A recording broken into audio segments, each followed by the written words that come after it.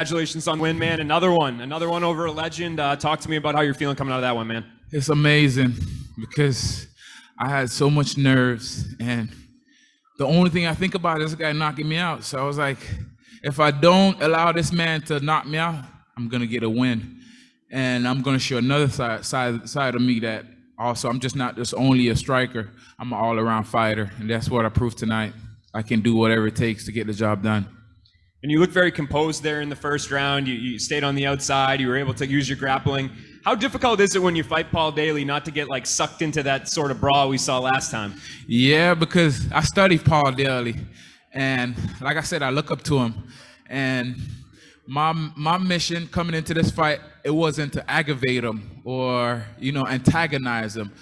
Only time when I was planning on antagonizing him is when I'm in the cage and frustrate him to come forward so I could take him down, and that's what I did tonight.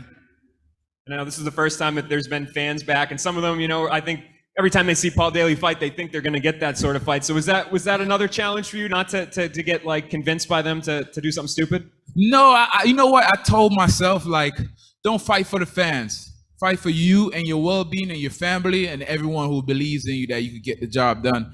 Because I fought in front of the fan more than I fought without the fans. Sometimes, no matter what you do, you come out here and give it 150. They're never going to be satisfied if they don't see what they want to see. You're kind of in an interesting position now. I know the title fight's going to be going on here in a second, but with MVP kind of in the on-deck circle, I mean, where do you think you fit in? Do you feel like you and Michael could fight? Do you want to wait and fight somebody else? Just kind of talk to me about your future, man. Well, the only way I will fight, like I said, within 4 weeks or 6 week time, unless Scott Coker signed Logan Paul, and I'm getting a hefty payday. So why sit home on the couch? I will come and fight again. So right now, MVP. If once Douglas Lima loses tonight, maybe you're gonna see a matchup with MVP and Douglas Lima, and I will be fighting Amosov because that's the fight everybody want to see. Yes. Congratulations on the win, Jason. 5 in a row now. You're just getting all these legends. It just seemed like, a few years back, this is the guy that couldn't get over the hump. And now you're getting over the hump and you're leaping over the hump. Like, how does it all feel now adding Paul Daley to the resume compared to where we were like 5 years ago? It's one of the greatest feelings of all time right now at this moment in my career. Getting a legend, a guy who have over 60 fights. And as you can tell, I've been fighting a lot of opponent with more experience than I do. Over 35, 45, 65. Just check my resume. And you look at all 5 opponents who I beat. They all had more experience than I did. And you said you didn't want to antagonize Paul Daley, but did you kind of like lure him into a false sense of security? Because you landed that beautiful counter right hand. It seemed like he was getting in that mode, like, all right, this dude's going to stand with me. And then as soon as he sort of moved forward, you took him down. Did you kind of like lure him into that? Did you? He tries to lure his opponents in, but did you actually lure him in to your style? Yeah, well, I think he was surprised because he thought he was the only one who could punch and could punch hard. So when he actually felt my counter, he knows he had to be a little caution.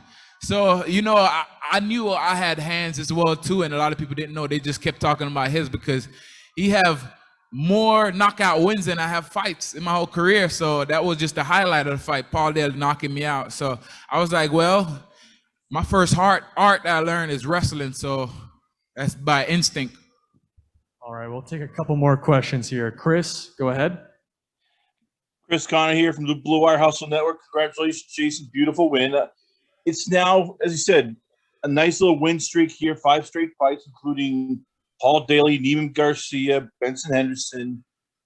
Do you now go into fights expecting to win? Because I know we started off and there was always – I guess for you, worries of, all right, can I hang with this guy? Can I beat him in wrestling? You've now gotten to that point where you have. Are you now confident that you can beat almost anybody in the cage no matter what because you're just at that level? You have the answers to the test, as they say.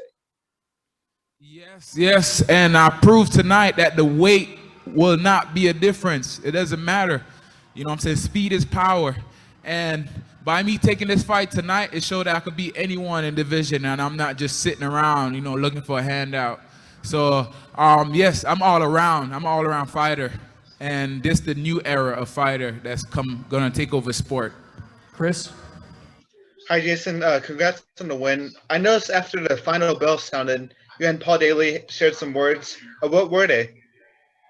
Oh, the word was like, man, thank God it's over. Because yes, I was going in there like, I don't want to get knocked out by this guy. I know what this guy capable of. I have to be the best Jason Jackson. So I was just telling him like, hey man, that uppercut that you hit me with, oh man, you hit me in the eye that I injured last fight. So I was like shocked to just see redness. I was like, man, I gotta get that takedown. Oh Lord. I was just so happy to get that takedown. Jeff? Jeff Brentley from the Man in the Cage podcast. Congrats, Jason.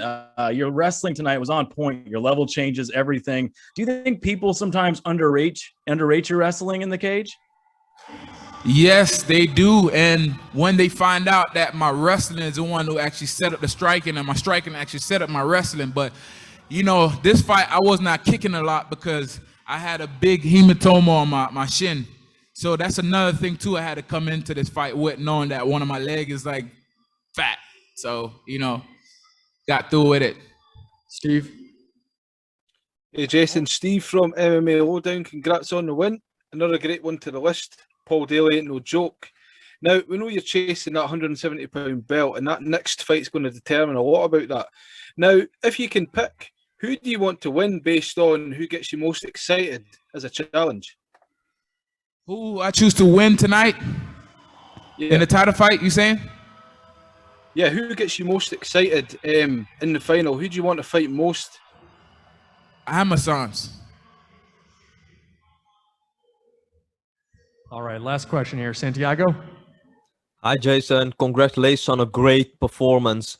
Unfortunately, Henry Holt couldn't be with you tonight, but you executed a great game plan. Was this exactly how you and Henry planned everything in the Sanford MMA gym?